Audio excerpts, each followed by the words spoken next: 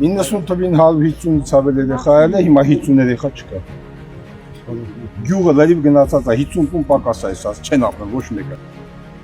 Մենք վարելիքի համար շատ սուղ պայմաններ ունենք։ Հայտը չկա, Ղարաբաղ չկա, Անտառ չկա,